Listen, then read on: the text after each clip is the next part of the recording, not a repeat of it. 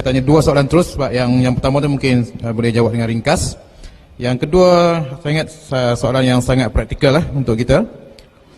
Yang pertama, fadilat setiap langkah ke masjid untuk solat meninggikan darjat dan menggugurkan dosa, adakah terpakai bagi yang berkenderaan ke masjid? Kalau dia tak langkah, itu soalan pertama.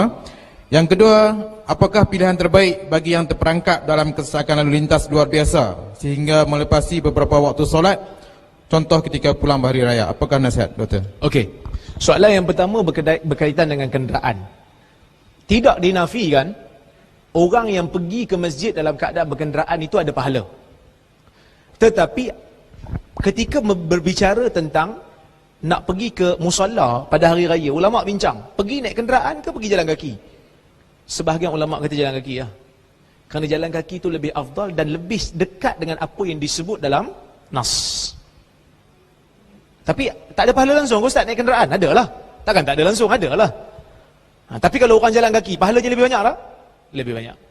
Tapi Ustaz, rumah saya jauh sangat. Tak apalah, naiklah kenderaan. Ada juga pahala. Jangan risau. Allah Ta'ala tidak akan sia-siakan pahala kita. Itu satu. Yang kedua, berkenaan dengan jam.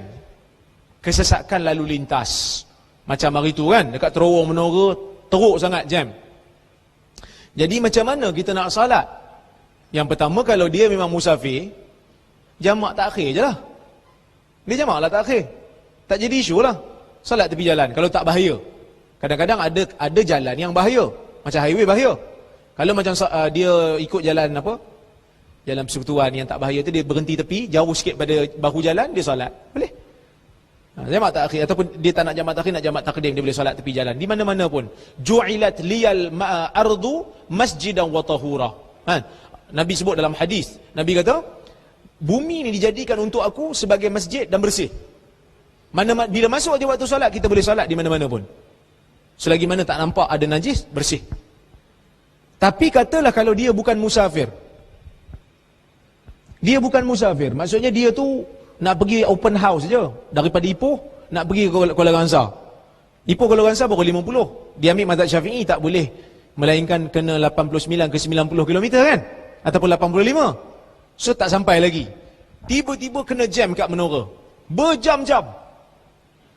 Dia tak boleh nak jamak qasar kerana dia bukan musafir. Maka dalam keadaan ni, dia boleh untuk jamak takhir tanpa qasar bila dia sampai ke rumah. Katalah dia jam tu pukul 2 petang. Kan? Pukul 2 petang tak sempat salat zuhur lagi. So dia jam. Dia boleh untuk jamak takhir di rumah dia. Dia boleh untuk jamak takhir di rumah tanpa qasar. 4 rakaat. Boleh. Berdasarkan hadis riwayat Muslim daripada Ibnu Abbas, Nabi pernah jamakkan salat Zuhur dan Asar, Maghrib dan Isyak di Madinah tanpa ada hujan, tanpa ada takut dan tanpa ada sakit. Orang tanya kepada Ibnu Abbas, kenapa Nabi buat macam tu? Kata Ibnu Abbas, arada alla yuhrija ummatah. Nabi nak supaya tidak menyusahkan umat dia.